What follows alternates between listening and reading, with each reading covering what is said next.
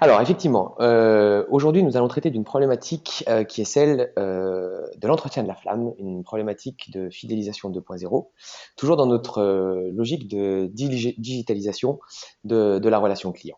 Alors avant de débuter, je vais quand même me présenter. Je suis Sébastien Rowe. Je suis le directeur commercial de la société Ines CRM. Pour ceux qui ne nous connaîtraient pas, Ines CRM est le leader français des logiciels de gestion de la relation client, CRM et PRM en mode SaaS. Voilà. Ines propose aujourd'hui aux entreprises, à peu près 2500 clients, des solutions collaboratives qui permettent d'optimiser les processus de vente et marketing dans une logique exclusive de performance commerciale. Voilà.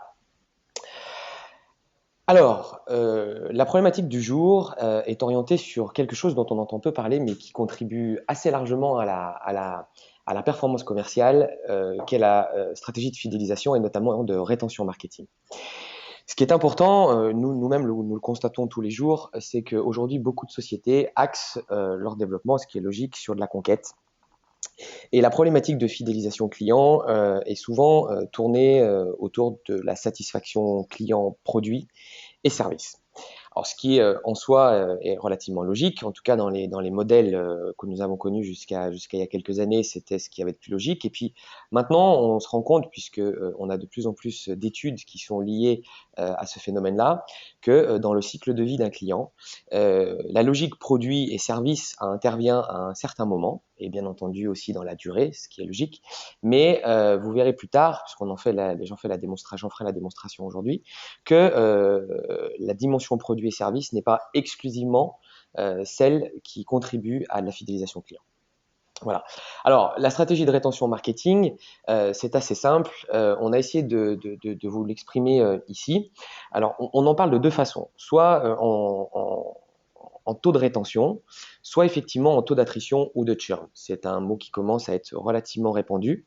Le taux de rétention, c'est celui qui exprime la proportion de clients qui restent, euh, qui restent clients d'une période à une autre.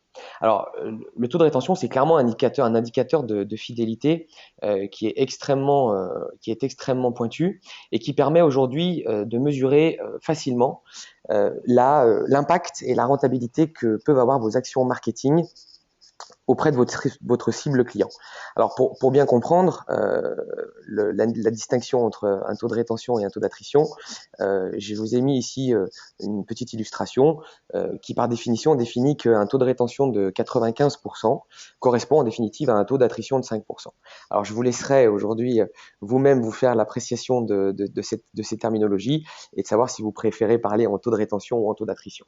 Alors personnellement, je trouve que la notion d'attrition est quand même pour moi celle qui est la plus répandue, donc par défaut celle qu'on utilise le plus et dont vous entendrez le plus parler. Alors, avant de rentrer dans les outils à proprement dit, pourquoi il est aujourd'hui capital de mettre en place une véritable stratégie marketing client. Eh bien, je vous ai mis ici trois métriques. La première vous démontre que 5% d'augmentation du taux de rétention sur vos meilleurs clients peut correspondre à environ 25 à 55% d'augmentation de vos bénéfices. Clairement, aujourd'hui, on sait que dans votre segmentation client, les gens qui font partie de vos meilleurs clients, si vous aviez identifié par exemple vos 50 meilleurs clients, on sait que vos meilleurs clients sont souvent aujourd'hui ceux qui ont tendance à le plus dépenser et qui sont souvent les plus rentables. Donc effectivement, alors là c'est Bain & Company qui est une maison extrêmement sérieuse qui révèle cet indicateur-là, mais voilà, il est important de noter que la contribution de vos meilleurs clients, la contribution de la rétention sur vos meilleurs clients peut effectivement contribuer largement à la croissance de vos bénéfices. Alors celle-ci, c'est une métrique que j'apprécie beaucoup et qui permet de vraiment prendre toute la mesure de la problématique que nous abordons aujourd'hui. 98% des clients mécontents ne le font jamais savoir, ils se contentent de vous quitter. Ça, c'est extrêmement vrai. Je pense qu'aujourd'hui, si nous avons des directeurs commerciaux parmi nous, ils le savent très bien. Je le constate moi-même en tant que directeur commercial et marketing tous les jours. On a effectivement des clients qui sont soumis à cette véritable problématique. C'est-à-dire concrètement, ils ont des clients qui finissent par partir. Souvent, on n'a pas eu de signal d'alerte et le client finit par s'en aller, ce qui est relativement catastrophique aujourd'hui pour une entreprise. Et enfin, 75% des expériences négatives n'ont aucun rapport avec le produit en lui-même, mais généralement avec tout ce qui l'entoure. Alors à la fois, bien entendu, la dimension de service, mais vous allez voir aussi que les clients sont extrêmement sensibles aujourd'hui à l'intérêt que vous leur portez. D'où effectivement ce côté de mise en avant de la flamme que vous devrez entretenir avec le client et cette notion de proximité.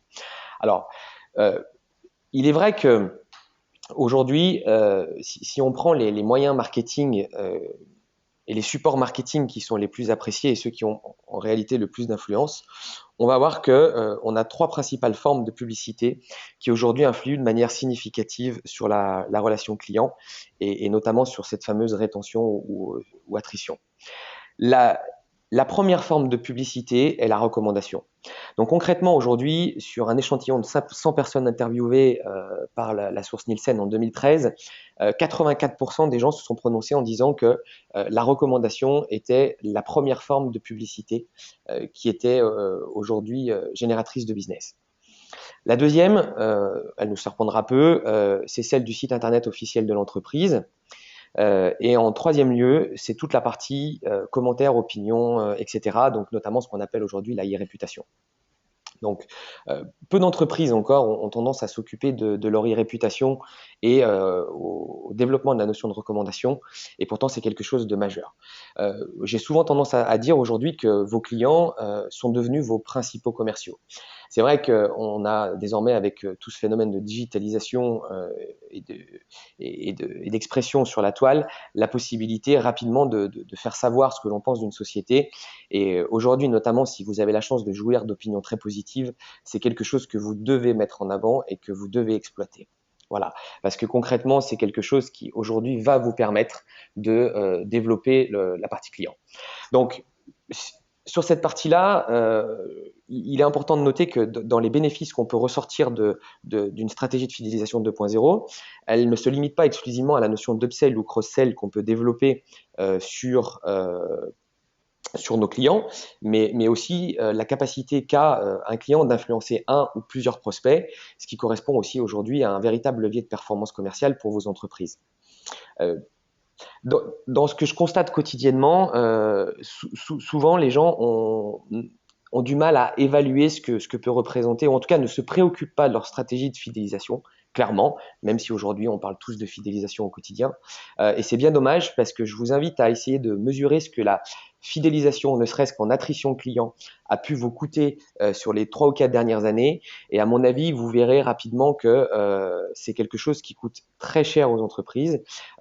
Je donnais l'image tout à l'heure sur une des premières slides du seau percé, c'est qu'effectivement, on a beau essayer de remplir le seau, mais si à un moment donné, on a notre seau qui est percé, forcément, à un moment donné, l'eau va se répandre et cette eau qui se répand ailleurs, en définitive, c'est celle qui vous permet, qui vous empêche en fait de disposer d'une croissance exponentielle. Alors, une fois qu'on a posé les bases de cette problématique, aujourd'hui, concrètement, il est important de savoir sur quelle méthodologie on doit appliquer pour réussir une stratégie de rétention marketing, une stratégie efficace de rétention marketing. La première chose, c'est d'avoir une vision 360 degrés de vos clients. Alors, là, bien entendu, je vais parler de CRM, ce qui me paraît totalement logique, puisque aujourd'hui, pour mettre en place une stratégie de fidélisation client, la première chose à connaître, la première chose à avoir, c'est aujourd'hui un véritable référentiel client, un outil dans lequel vous allez pouvoir stocker un ensemble de données. Donc pour ça, il n'existe pas 50 outils. Je pense que le CRM est l'outil qui est le plus adapté sur ce type de problématique.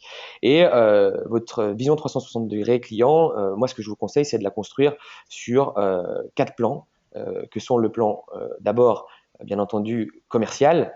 Alors là, bien entendu, c'est de répondre à des questions du style depuis combien de temps connaissez-vous votre client, depuis quand est-il client, quelles sont les relations que vous avez avec lui, quels sont les produits qu'il a possédés, quelles sont les conditions commerciales qu'il peut avoir, quels sont les produits sur lesquels il a été client, pour lesquels il n'est plus. Donc voilà, ça me paraît réellement évident. Ensuite, c'est l'intégration de la dimension client. Donc là, liée au service client, si vous avez des commerciaux terrain ou même des commerciaux sédentaires, je pense qu'un des premiers leviers de fidélisation client et d'écoute client est de parfaitement maîtriser la relation qu'on a, et notamment à tous les points de vue. Et celle du service client est aujourd'hui primordiale. C'est-à-dire que quand vous allez dialoguer commercialement avec un client, il est important de savoir que vous avez eu des incidents ouverts, que vous avez des réclamations en cours, que vos réclamations ont été correctement traitées avec un délai de résolution moyen qui vous est favorable. Voilà, de bien maîtriser les problématiques actuelles du client et votre capacité à y répondre. Ensuite, vous avez la dimension administrative qui est aussi pas négligeable lorsque vous êtes en train d'échanger avec un client. Il me paraît indispensable de maîtriser si votre client est un bon payeur, si votre client a effectivement un encours chez vous. Est-ce que votre client est un client qui est plutôt respectueux de ses engagements financiers, ou est-ce que c'est un client qui est plutôt soumis à des problématiques? Voilà, donc cette dimension administrative, elle est aussi extrêmement importante à avoir.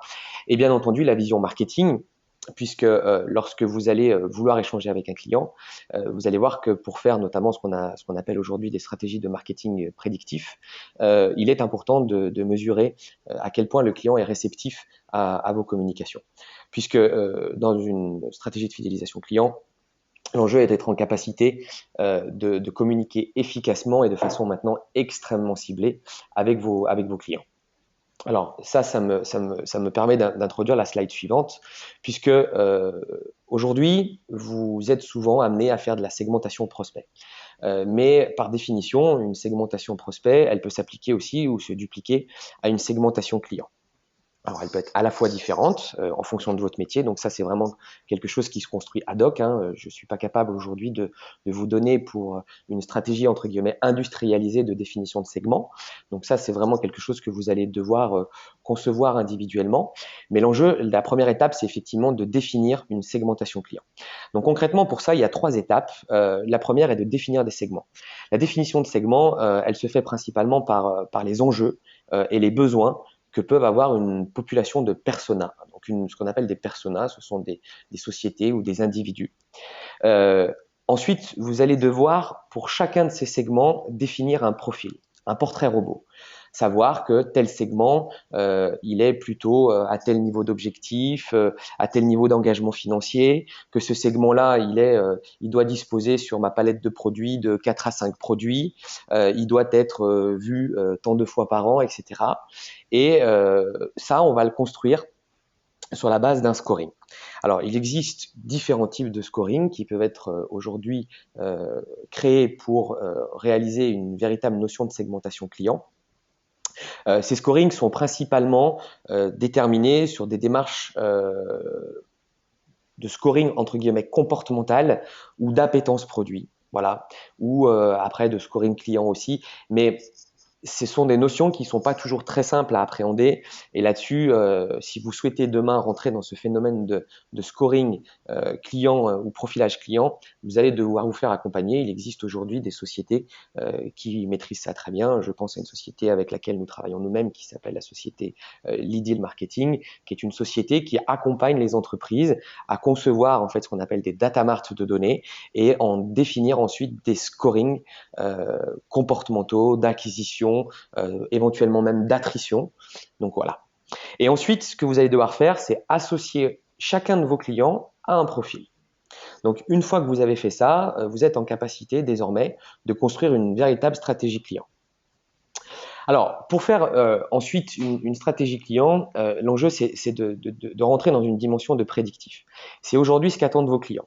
Si vous regardez la partie gauche de cette slide, on se situe dans un contexte, on va dire, entre guillemets, actuel pour beaucoup d'entreprises, sachant que certaines sont déjà rentrées dans un modèle de prédictif. Aujourd'hui, on a un modèle qui est plutôt basé sur l'intuition. On fait quelque chose, entre guillemets, à sa connaissance du marché et de ses clients, ce qui fait qu'on construit des campagnes d'emailing plutôt générales avec en définitive des intérêts qui ne sont pas forcément des intérêts très appréciés par la part de vos clients. Alors pourquoi ? Parce que forcément, ils ne se retrouvent pas dans cette dimension généraliste. Et aujourd'hui, ce que nos prospects attendent de nous, ou nos clients, pardon, ce sont principalement des communications extrêmement poussées et abouties.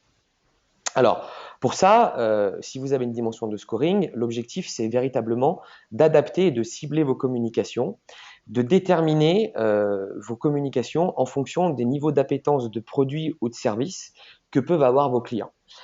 Concrètement, si vous avez un client qui a acheté votre produit phare aujourd'hui, vous voulez demain l'emmener à consommer un produit B, eh bien, vous allez voir que dans votre scoring client, votre segment numéro 1, qui est possesseur du produit A et du produit B, a plutôt tendance à être réceptif à tel type de communication ou éventuellement, ce produit B, je vais définir qu'il est très adapté à telle typologie de client. Et donc, dans ce cas-là, l'objectif, ça va être vraiment de construire votre segmentation, enfin la segmentation même de votre communication en fonction de vos segments clients. À partir de là, ce que vous voyez sur les carrés bleus qui ont été dessinés sur cette slide, l'objectif aussi, c'est d'identifier les différentes étapes du cycle de vie client.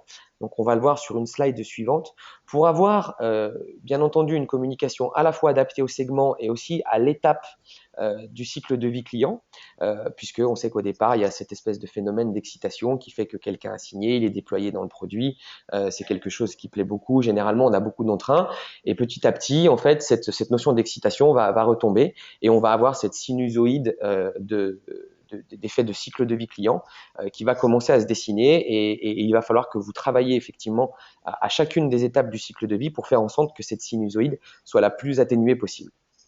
Voilà. Et surtout, ce qui est intéressant, c'est d'être en capacité de faire évoluer vos clients dans chaque segment. C'est-à-dire que si vous avez un client qui fait partie d'un segment B et qui demain devient par exemple client d'un deuxième produit que vous avez déterminé, c'est ce que vous avez déterminé comme un niveau d'accessibilité au segment A, vous allez devoir aussi être en capacité de gérer cette notion. Là où on attire aussi votre attention, c'est sur la nécessité de mesurer votre pression marketing. Il est vrai aujourd'hui que on a des outils, alors pour ceux qui n'en ont pas, c'est un peu dommage et je vous conseille de rapidement les acquérir. Mais si vous avez effectivement des outils qui vous permettent de communiquer efficacement avec vos clients aujourd'hui, il faut être en capacité de gérer cette pression marketing. Et cette pression marketing, elle est notamment liée à la capacité que vous avez de segmenter vos clients et d'adapter votre communication. Vous avez si vous diffusez à quelqu'un 4 messages dans le mois, dont un seul va avoir de l'intérêt pour lui, c'est réellement quelque chose qui va agacer vos clients et qui va probablement les conduire à se désengager ou se désabonner en fait de vos communications. Alors que si vous maintenez le même niveau de pression marketing, à savoir 3 ou 4 messages, mais qui sont des messages qui sont extrêmement ciblés et qui vous permettent aujourd'hui de délivrer du contenu qui va intéresser votre client, vous verrez que votre taux de désabonnement va drastiquement chuter. Voilà. Donc là, l'enjeu, c'est réellement de favoriser l'augmentation de votre taux de réponse. On est aujourd'hui dans une dynamique où ce qu'on souhaite, c'est vraiment créer du dialogue, entretenir cette flamme. Et pour ça, la récompense que vous allez obtenir, c'est la capacité en fait de dialoguer avec vos clients et d'obtenir de leur part des réponses au type de communication que vous allez leur envoyer. Alors là-dessus, l'objectif, c'est encore une fois d'avoir une mémoire infaillible pour centraliser vos données, conserver en fait, centraliser vos données dans un même référentiel. Donc quand je parle de référentiel ici, c'est pas tellement un outil, même si l'enjeu, vous aurez compris, c'est de vous sensibiliser à l'intérêt de disposer aujourd'hui d'un outil de CRM, mais c'est surtout être dans la capacité d'avoir un vrai référentiel de données construit. C'est-à-dire que les données doivent se ressembler, vous devez être en capacité de les exploiter de la même façon. Sans quoi, quand vous allez commencer à vouloir construire des stratégies de scoring, vous allez rapidement vous rendre compte que vos données deviendront inexploitables puisqu'elles ne seront pas ordonnées de la même façon. Ensuite, c'est la conservation, c'est la création en fait d'une véritable mémoire commerciale où vous allez devoir conserver les échanges de mails, de conversations, tout l'historique que vous allez pouvoir construire avec vos clients. Et l'enregistrement, bien entendu, c'est tout ce qui est la capacité que vous aurez à enregistrer de la donnée client et prospect. Voilà. Alors, pour vous donner une idée, parce que souvent vous êtes amené à me poser la question de savoir comment ça se matérialise concrètement dans des outils. Si je prends l'exemple ici d'un copie d'écran que je vous ai fait d'une fiche client Inès, vous voyez rapidement que dans cette fiche finesse, on va avoir sur une seule page une vision 360 degrés de vos clients, avec un bandeau du haut dans lequel vous allez retrouver notamment une dimension de scoring. À droite, vous allez retrouver des champs qui sont ce qu'on appelle des champs personnalisés qui vont vous permettre d'avoir une vision de votre client et notamment des produits possédés, du secteur d'activité dans lequel il se situe, est-ce que c'est un client qui est actif, moyennement actif, etc. Donc, qui sont tous des éléments qui vont vous permettre justement de travailler ensuite votre notion de scoring. En dessous, vous avez la gestion de votre contact et encore en dessous, vous avez la gestion de votre historique et notamment la capacité que vous avez à retomber dans des échanges. Imaginez-vous que pour ceux qui ont un CRM depuis une quinzaine d'années, ils sont capables de reconstituer une mémoire commerciale avec un client sur 15 années d'existence. Voilà. Alors, maintenant, passons dans une dimension extrêmement pratique qui est celle des exemples. Ici, je vous donne par exemple un exemple de type de campagne d'emailing que vous pouvez faire sur la base d'un cycle de vie client qui est un cycle de vie client, on va dire entre guillemets lambda. Vous voyez que à chaque phase d'élévation du client dans son cycle de vie, vous êtes en capacité de déterminer une action marketing. Donc ça, c'est pareil, c'est quelque chose qui est primordial. Il est important aujourd'hui pour chacune de nos entreprises de disposer d'une visualisation du cycle de vie client. C'est important que vous sachiez dans le temps mesurer quel type de campagne vous devez mettre en œuvre pour sensibiliser vos clients à un certain nombre d'éléments. Alors ça peut être bien entendu sur des messages exclusifs de fidélisation, d'entretien de relation, de prise de température, de mesure de la relation, la satisfaction client. Mais bien entendu, l'objectif aussi, c'est de diluer ça avec des messages à caractère commercial, avec pour objectif, bien entendu, d'intégrer dans votre cycle de vie des messages d'upselling, des messages de cross-selling, d'augmentation budgétaire sur votre client, enfin d'optimisation de votre niveau de consommation. Voilà. Ensuite, vous devez mettre en place ce qu'on appelle des stratégies de nurturing. Alors, la stratégie de nurturing, elle fait clairement partie intégrante de votre cycle de vie client.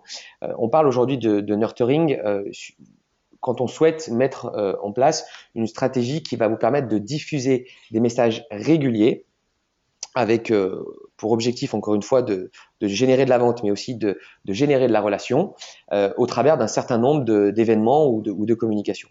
Donc là, on est dans une vraie dimension d'entretien client, d'engagement client qui va vous permettre, encore une fois, de créer de la relation qui, bien entendu, je n'en remets pas en cause la relation physique que vous devez avoir avec vos clients. Ça, c'est primordial et c'est ce que j'applique à mes équipes tous les jours. Mais par contre, il est évident aujourd'hui que quand vous disposez de 1000, 2000, 3000 clients, l'objectif est aussi d'industrialiser entre guillemets le travail commercial que vous pouvez faire.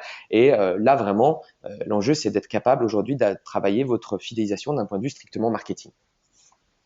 Alors, je prends quelques exemples que nous faisons nous-mêmes aujourd'hui. Nous avons mis en place un certain nombre d'éléments de newsletters. On fait contribuer énormément nos clients à faire du témoignage. On a la chance d'avoir aujourd'hui chez Inès des clients qui sont globalement plutôt satisfaits. Donc, on use de cette partie-là puisque c'est encore une fois quelque chose qui nous permet de faire de nos clients de véritables ambassadeurs. Et quand vous avez la joie d'avoir des ambassadeurs de marque au sein de votre société, il faut absolument utiliser ça et puis même voir en abuser puisque c'est vraiment quelque chose qui vous permettra de développer à la fois votre fidélisation client puisque quand on fait du témoignage client, on est aussi en capacité de partager des bonnes pratiques, etc. qui créent un effet d'entraînement, mais aussi bien entendu de mettre en avant ces messages auprès de vos prospects. Voilà.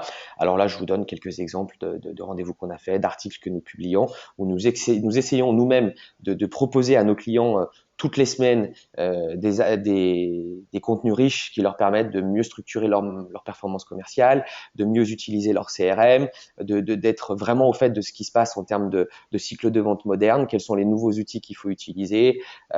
Voilà. Donc ça, c'est vraiment quelque chose qu'on se doit d'apporter aujourd'hui à nos clients. Ensuite, favoriser aussi tout ce qui est échange. On a aujourd'hui, d'un point de vue digital, la possibilité de créer des relations simples avec nos clients au travers d'un certain nombre d'outils. Aujourd'hui, il existe plein de solutions qui vous permettent de chatter en direct avec vos clients. On a aussi la possibilité de demander facilement par des enquêtes clients, faire de l'écoute client. Je pense à une société avec laquelle nous allons prochainement travailler d'un point de vue de l'intégration qui s'appelle la société Interview. Ce sont des gens qui sont spécialisés dans les enquêtes clients. Ils vont jusqu'à faire de l'analyse sémantique dans la restitution que peuvent vous faire vos clients. Donc ça, ce sont des éléments qui vous permettent clairement de mesurer la satisfaction de vos clients, de mesurer le risque que vous pouvez avoir sur un certain nombre de vos clients et bien entendu de limiter l'attrition et donc de préserver votre performance commerciale. Voilà. Donc ça, c'est vraiment des types d'échanges que vous devez mettre en place aujourd'hui. Alors, je vous dis beaucoup de choses, hein, mais encore une fois, vous n'êtes pas obligé de faire tout d'un coup. Vous devez prioriser aussi en fonction du contexte métier dans lequel vous vous situez. Mais l'enjeu, c'est réellement de vous projeter dans ces nouvelles solutions qui sont à votre disposition, que vos concurrents vont certainement eux-mêmes mettre en place et qui, si vous ne le faites pas, risquent de vous mettre en danger sur un certain nombre d'aspects. Donc là, l'enjeu, il est double. Hein, c'est vraiment c'est ce que j'écris ici, de donner de l'importance à vos clients. Vos clients doivent être valorisés. Quand vous allez témoigner à un client, moi, aujourd'hui, j'ai peu de clients qui refusent aujourd'hui un témoignage client Inès. C'est quelque chose qui à la fois leur permet de s'exprimer, ce qui est extrêmement positif, qui permet de les valoriser, et surtout, ça leur permet aussi de faire connaître leur entreprise auprès de nos autres clients.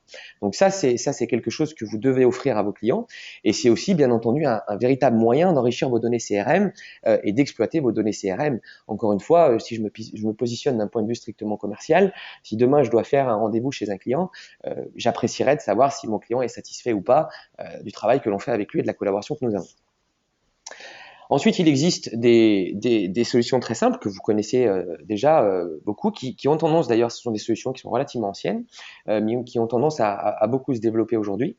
Tout ce qui est notion de parrainage, aujourd'hui, même dans un business B2B, il n'est pas rare de voir des gens qui mettent en place des systèmes de parrainage, des systèmes même. Alors, je peux aller plus loin que le parrainage, hein, c'est de partenariat. Nous-mêmes, nous avons un certain nombre de partenaires aujourd'hui, ce qui doit être votre cas aussi. L'objectif est vraiment de se soutenir mutuellement quand on fait confiance à nos entreprises et qu'on se connaît et on se reconnaît en tant que société sérieuse. L'objectif, c'est effectivement d'être en capacité de se parrainer mutuellement, de se prescrire au travers de programmes efficaces. Donc ça fait partie aussi des choses que vous devez envisager demain pour gérer votre stratégie de rétention et de fidélisation client. Alors, bien entendu, je vais presque finir par cette partie-là. Votre réputation, c'est quelque chose que vous devez surveiller. Peu d'entreprises le gèrent aujourd'hui. Je vous conseille de le faire très rapidement puisque maintenant, effectivement, les gens ont la possibilité de s'exprimer librement sur un certain nombre d'outils. Je pense à du tweet, je pense à du LinkedIn, je pense à du Facebook, je pense à tout un tas de sites d'avis. Aujourd'hui, il existe des applicatifs comme par exemple Hootsuite. Je vous invite à aller regarder ça sur Internet. Ce sont des outils qui sont libres, qui vous permettent concrètement de gérer votre relation en matière d'e-réputation. Vous devez être à l'affût de ça aujourd'hui. Quelqu'un qui s'exprime négativement sur votre société, sur un de vos produits, vous devez être en capacité d'entamer le dialogue et surtout de disposer de cette information et de pouvoir réagir rapidement. Donc ça, la surveillance de vos réseaux sociaux, de vos forums et du niveau d'expression que les gens peuvent avoir sur vos différents outils sont vraiment importants. Je mets aussi en avant une solution partenaire que nous utilisons qui s'appelle Corporama, qui est avant tout une solution de gestion de base de données, mais qui est aussi une solution de veille. C'est-à-dire que concrètement, vous pouvez aller quotidiennement consulter. Alors, c'est un usage détourné de cette solution, puisqu'elle est essentiellement destinée à faire de la prospection commerciale. Mais typiquement, au travers d'un outil comme Corporama, si je me connecte quotidiennement dessus, je vais avoir la possibilité de faire de la surveillance sur ce qui se passe au sujet de mon entreprise. Voilà, si des gens ont communiqué, si je fais partie d'un communiqué de presse, si je fais partie d'un événement ou quoi que ce soit, ou si quelqu'un s'exprime sur ma société, je suis en mesure de le savoir au travers d'outils comme Corporama. Donc, voilà. Ensuite, avant de passer aux questions, parce que j'ai vu qu'effectivement j'avais quelques questions qui arrivent dans le forum, je vais parler bien entendu du service client puisque c'est un élément incontournable de votre satisfaction client. Bien entendu que la satisfaction ne passe pas exclusivement par une dimension marketing et commerciale, même si vous avez compris qu'elle y contribue largement. L'objectif, effectivement, c'est d'avoir un service client qui soit performant aujourd'hui. Et pour ça, vous devez aussi avoir un outil qui permet à votre service client de se positionner comme un référent commercial de l'entreprise. Alors son métier est principalement basé sur de la compétence en matière de services ou de produits, mais il se doit aussi d'avoir lui-même une vision 360 degrés du client, et c'est la raison pour laquelle d'ailleurs beaucoup de produits CRM aujourd'hui intègrent la dimension service client, c'est-à-dire d'outils de gestion du service client, gestion des incidents, des réclamations, donc du back-office, intègre ça dans le CRM. Donc je vous mets ici un exemple de ce que nous pouvons nous-mêmes gérer dans Ines. Dans Ines, vous avez un module de back-office client qui est directement relié à aussi la partie commerciale, puisqu'on exploite cette donnée de manière transversale. Donc ici, je vois une file d'appels virtuels qu'on peut avoir au sein d'un produit, qu'on peut traiter au sein d'un produit comme Ines. Et il est entendu que chaque appel, chaque incident, chaque réclamation qui est ouverte auprès d'un client va être référencée ensuite dans sa fiche client. Et le commercial va être en mesure de partager cette information. Et de la même façon, un service client va être en capacité de traiter de l'information en fonction aussi de son niveau de performance commerciale. Vous pouvez aujourd'hui scorer vos clients et être en capacité d'avoir un niveau de traitement ou de service qui soit différent en fonction du scoring de votre client. Il est aussi important, par exemple, que quand vous avez un commercial un conseiller qui se positionne sur le traitement d'un incident, de disposer en fait d'une information telle que voilà, le commercial qui gère ce dossier a une offre en cours importante avec ce client, donc je vais peut-être y porter une attention particulière. Ou alors je sais que ce client-là est un client en scoring 3 étoiles, mais qu'en ce moment on n'a pas réussi à le satisfaire, donc je vais peut-être dans ma file faire remonter mes clients de scoring niveau 3 pour pouvoir les traiter en priorité et faire en sorte qu'il y ait un regain de fidélité ou d'image qui soit fait auprès de ces clients-là. Voilà. Donc, eh bien, écoutez, nous sommes presque dans le timing, puisqu'il est midi 2. Donc, effectivement, j'ai été peut-être un peu rapide, mais de toute façon, vous allez voir que nous vous enverrons d'ici demain le support. Vous pourrez aussi retrouver la vidéo de ce webinaire sur notre chaîne YouTube et sur l'ensemble de nos espaces sociaux que je vous invite d'ailleurs à rejoindre, puisqu'on fait beaucoup de diffusion de contenu. Et si vous êtes sensible à ces problématiques de fidélisation ou d'autres problématiques marketing ou commerciales, vous pourrez retrouver pas mal de contenu sur ce sujet. Je vous fais part aussi donc de nos 2 prochains webinaires. Vous allez pouvoir d'ailleurs au travers de l'envoi qu'on va vous faire dans la foulée des supports, être en capacité de vous inscrire d'ores et déjà aux prochains événements. Je vous mets aussi à disposition ici mes coordonnées. Si vous souhaitez, alors comme effectivement j'ai pas mal de questions liées à l'intervention de ce matin auxquelles je vais répondre en partie, vous êtes aussi en capacité de m'appeler ou d'échanger avec moi par email. Vous avez mon portable. Surtout, n'hésitez pas. Je vous invite à le faire. Voilà, je suis pas là exclusivement pour vous parler de mes produits, mais si voilà, vous êtes actuellement en train de travailler sur une stratégie de rétention marketing ou si vous avez des problématiques liées à des objectifs de performance commerciale, à du lead management ou tout autre sujet, vous n'hésitez surtout pas à me contacter. Je vous souhaite une excellente journée. Je vous remercie d'avoir été aussi nombreux à participer et d'être restés aussi longuement, puisque nous sommes encore pas loin d'une 50aine à être connectés. Donc voilà, je vous souhaite une excellente journée et au plaisir de vous voir sur notre prochain webinaire. Merci beaucoup.